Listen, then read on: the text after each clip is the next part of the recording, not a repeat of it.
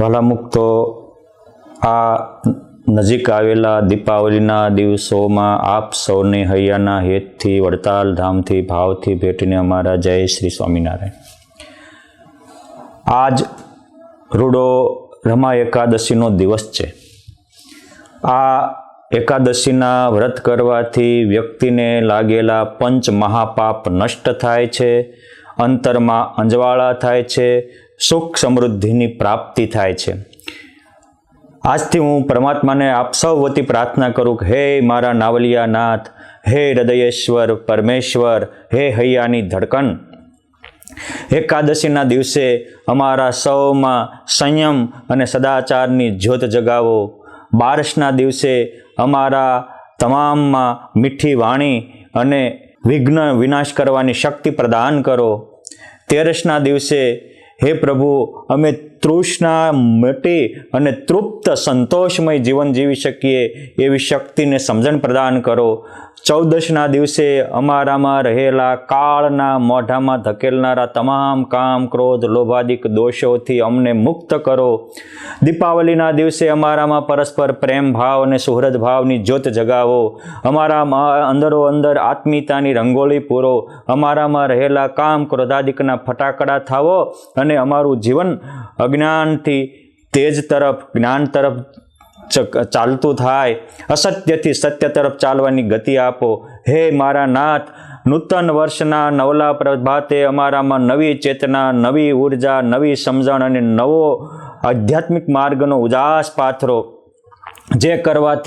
જેમ કરવાથી આપને આપના લાડીલા ની પ્રીતિ પ્રતીતિને પ્રસન્નતાના પાત્ર બની શકીએ એવી શક્તિ, ભક્તિ અને સમજણ પ્રદાન કરો. બીજના દિવસે પરસ્પર આત્મીયતાનું નૂતન સર્જન કરો. યમદૂત અને કાળથી અને માયાથી ભયમુક્ત કરો.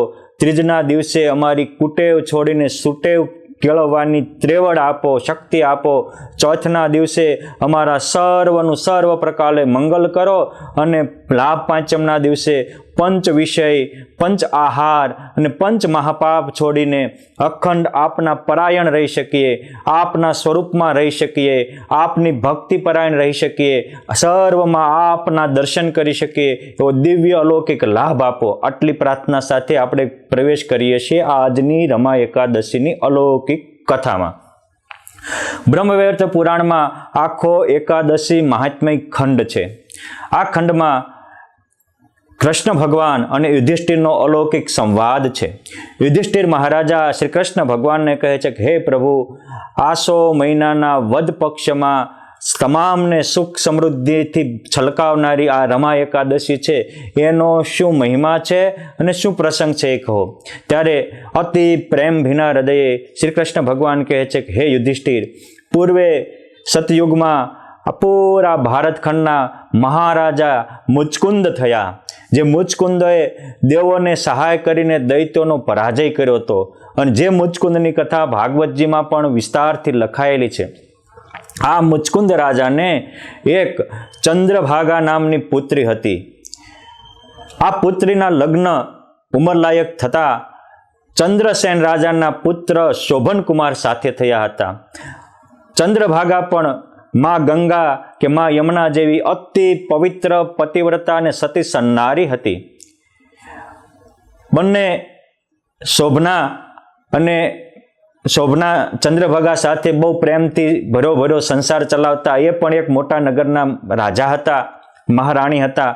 એક દિવસ આ ચંદ્રભાગાને સાથે લઈ શોભનકુમાર પોતાના સસુરાલ પક્ષમાં ગયા. ત્યાં થોડા દિવસ રોકાયા. આ સમયે એને કોઈ પૂર્વના કનિષ્ઠ કર્મને કારણે અતિશય શરીરમાં રોગ લાગુ પડ્યો. અન્ન ખવાતું નહોતું, પાણી પીવાતું નહોતું. આવો પ્રસંગ હતો. એવા સમયમાં બરોબર આ રમા એકાદશી આવી. એકાદશી કરવાની એને પૂર્ણ શ્રદ્ધા તો નહોતી, પરંતુ મુચકુંદ રાજાનું આખું રાજ, પ્રજા પણ યથા રાજા તથા પ્રજા તમામ લોકો એકાદશીનું વ્રત કરતા હતા. બ્રહ્મવૈવર્ત પુરાણમાં તો ત્યાં સુધી લખ્યું છે કે આ દિવસે જેમાંથી અન્ન પેદા થતું હોય એવું ઘાસ એ મુચકુંદ રાજાના રાજ્યમાં રહેલી ગાયો કે ઘોડાઓ પણ ખાતા નહીં, એ પણ ફલાહાર કરતા હતા. આવો ત્યાંનો સંયમ અને સદાચારનો પ્રભાવ હતો અને એથી એ રાજ્ય અમર લોક એટલે સ્વર્ગલોક જેવું તમામ માટે સુખદાયી હતું. માગ્યા મેહુલા વરસતા હતા. બાપ જીવતો હોય ત્યાં સુધી દીકરાના મૃત્યુ થતા નહીં. ખુલ્લા દ્વાર હોવા છતાંય કોઈને ચોરી કરતા નહીં. માણસ વાવે થોડું અને અનંત ઘણું પાકતું હતું. આ બધું જ દેવતાઈ સહાયપૂર્ણ આ રાજ્યના તપના પ્રભાવે થતી હતી. આવા સમયે અહીંયા આ ચંદ્રભાગા નદી આપણે જે ભારતની પવિત્ર ગણાય એ પછી નદી રૂપે થઈ. એ એના પતિ સાથે ત્યાં હતા અને તે દિવસે એની શ્રદ્ધા નહોતી, શરીરમાં અશક્તિ હતી. આ બધા જ એકાદશીનું વ્રત કરતા હતા તો એમને પણ જમાય એવું ન હોવાથી આ વ્રત થયું. આ એક રમા એકાદશીનું વ્રત થયું. પછી અમુક સમયે માંદગીના કારણે શોભન કુમારનું શરીર છૂટી ગયું. ત્યારે આ અજાણતા પણ એકાદશીનું વ્રત થયું. એ વ્રતના પ્રતાપથી એ સ્વર્ગમાં મંદરાચલ પર્વત ઉપર મોટી જાણે બીજી સ્વર્ગપુરી હોય એવા દિવ્ય નગરને પામ્યા. ત્યાં સુખેથી એ રાજ્ય કરતા હતા. ગંધર્વો એની સ્તુતિ પ્રાર્થના કરતા હતા. અપ્સરાઓ પણ એને આનંદ આપવા કોઈ વાર આવતી હતી. આવું ભર્યું ભાજરું સંપત્તિમાન એ મોટું નગરને પામીને મહાસુખ ભોગવતા હતા. ક્યારેક ક્યારેક એને એના ધર્મપત્ની મહાસતી ચંદ્રભાગા યાદ આવતા હતા. અચાનક આ મુચકુંદ રાજ્યમાં એક મહાતપોનિષ્ઠ સંયમ અને સદાચારની મૂર્તિ જેવા સોમશર્મા બ્રાહ્મણ તીર્થયાત્રા કરતા કરતા પોતાના તપના પ્રભાવથી જ્યારે સ્વર્ગમાં જતા તો રચતામાં જ એને આ મંદરાચલ નગરી કે જેના શોભનકુમાર મહારાજા હતા એ જોયા. જોતા વેત જ પોતાના રાજ્યના જમાયરાજ સોમશર્મા બ્રાહ્મણ ઓળખી ગયા અને કહે છું તમે અહીંયા? તો કે હા. શું કામ? તો કે અશ્રદ્ધાથી પણ મારા પત્નીના કહેવાથી મેં વ્રત કર્યું એ પુણ્ય પ્રતાપે હું અહીંયા આવ્યો છું. કાંઈ દુઃખ તો કાંઈ છે નહીં, પણ એટલું છે કે આ નગર આટલું હોવા છતાં મને કાયમ આમાં અસ્થિરતા અનુભવાય છે, ભય અનુભવાય છે. માટે મારે એવું કરવું છે કે હું નિર્ભય પદને પામું, અચળ રાજ્યને પામું, અવિનાશી સુખને પામું. જેના ઉપર પરમાત્માની કૃપા થાય એને અચળ, અવિચળ અને અવિનાશી સુખની પ્રાપ્તિ કરવાની તમન્ના જાગે છે. એટલે સોમશર્માને પ્રાર્થના કરી ત્યારે સોમશર્મા કહે છે કે આવું કરવું હોય તો એ કરવા માટે તો માત્ર તમારા ધર્મપત્ની જે ચંદ્રભાગા હતા એ સમર્થ છે. સતી નારીનો મહાપ્રભાવ છે. તમે એક વિચારો કે એક રાક્ષસ સાથે પણ વૃંદાએ જાલંધરમાં પતિવ્રતાની ટેક રાખી તો ત્રિલોકના દેવતાઓ ન હારી શકાવે એવું એનામાં દિવ્ય દેવત પ્રાપ્ત થયું. માટે એ સતીના પ્રભાવથી તમે એવું પદ પામી શકશો. તો કે મારી પત્નીને તમે સમાચાર આપો. સોમશર્મા યાત્રા કરતા કરતા પાછા નગરમાં આવ્યા. મુચકુંદ રાજા સભા ભરીને બેઠા હતા. ત્યારે એમની પુત્રી ચંદ્રભાગાને સોમશર્માએ વાત કરી કે તમારા પતિને હું મળીને આવ્યો છું અને એ અસ્થિર રાજ્ય ભોગવી રહ્યા છે અને સ્થિર રાજ્યની પ્રાપ્તિની તમન્ના છે. જો તમે મારા પતિને મળીને આવ્યા હોય તો પહેલાં તો એ કરો કે મને મારા પતિની એકવાર દર્શન કરાવો, એમની સાથે સુભગ મિલાપ કરાવો. તરત જ સોમશર્મા બ્રાહ્મણ પોતાના તપના પ્રભાવથી ચંદ્રભાગાને સાથે લઈને ચાલ્યા. હિમાલયના પર્વતની તળેટીમાં ગયા. ત્યાં વામદેવ ઋષિનો આશ્રમ હતો. એને કહ્યું કે હું તો તપના પ્રભાવથી આટલો દિવ્ય દેહ ધારી શકું છું, પણ ચંદ્રભાગાને એના પતિ સાથે જવું છે, એનું શું? એ જ વખતે આના સતીના પ્રભાવથી અને વામદેવે પોતાના મંત્ર અને તપના પ્રભાવથી એના ઉપર દિવ્ય મંત્ર જળનું છાંટણું કર્યું. એના કારણે ચંદ્રભાગામાં પણ અલૌકિક શક્તિ પ્રાપ્ત થઈ. પછી બંને સોમશર્માની સાથે બંને ચંદ્રભાગા એ મંદરાચલ પર્વત ઉપર શોભના રાજકુમારના નગરમાં ગયા. પોતાની પત્નીને આવેલી જ હોય અને શોભનકુમારને બહુ જ આનંદ થયો. બંને મળ્યા, લાંબા સમયના વિયોગ ટળ્યા, પરસ્પર આનંદ થયો. પછી એને વાત કરી કે મારે મારું નગર સ્થિર કરવું હોય તો શું કરવું?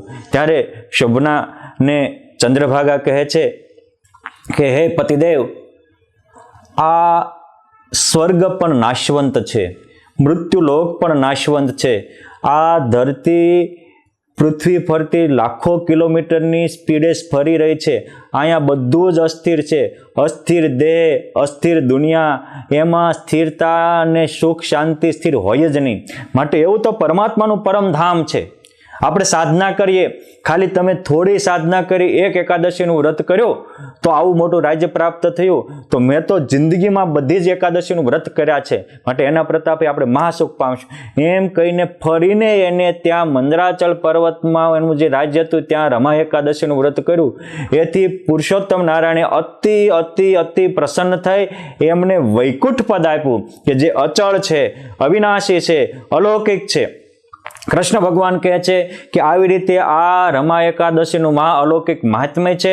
હે યુધિષ્ઠિર મહારાજા, આ એકાદશીની જે કથા સાંભળશે એના પણ તમામ પાપ નષ્ટ થશે. એના જીવનમાં થયેલા બ્રહ્મ હત્યાદિક પંચમહાપાપ હશે એ પણ દૂર થશે. જે વિધિ પ્રમાણે આનું વ્રત કરશે, રાત્રિએ જાગરણ કરી પોતાનું મન પરમાત્માના સ્વરૂપમાં ધરશે તો એ પણ ચંદ્રભાગા અને શોભનકુમારની જેમ અવિચળ પદને પામશે. અને આ પદની પ્રાપ્તિના પુણ્ય સ્મૃતિમાં ભગવાને ચંદ્રભાગા નામની નદી આજે પણ મહારાષ્ટ્રમાં બહુ પવિત્ર ગંગા જેવી વહી રહી છે, એની સ્મૃતિમાં ભગવાને સ્થાપિત કરે છે. માટે આ કથા અતિ મંગલકારી છે. ફરી રમા એકાદશીના દિવસે આપણામાં શુદ્ધ અને સાત્વિક લક્ષ્મી આવે. બારસના દિવસે આપણને પરમાત્માને પામવાની સદબુદ્ધિ જાગે. તેરસના દિવસે આપણે આશા તૃષ્ણાથી મુક્ત થઈ જીવન પૂર્ણતા અને સંતોષમય જીવી શકીએ.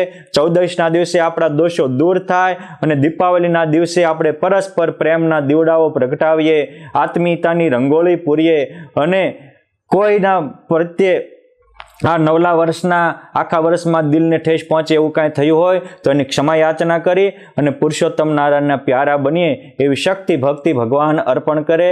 એ જ પ્રાર્થના સાથે અસ્તુ. ધન્યવાદ. જય શ્રી સ્વામિનારાયણ.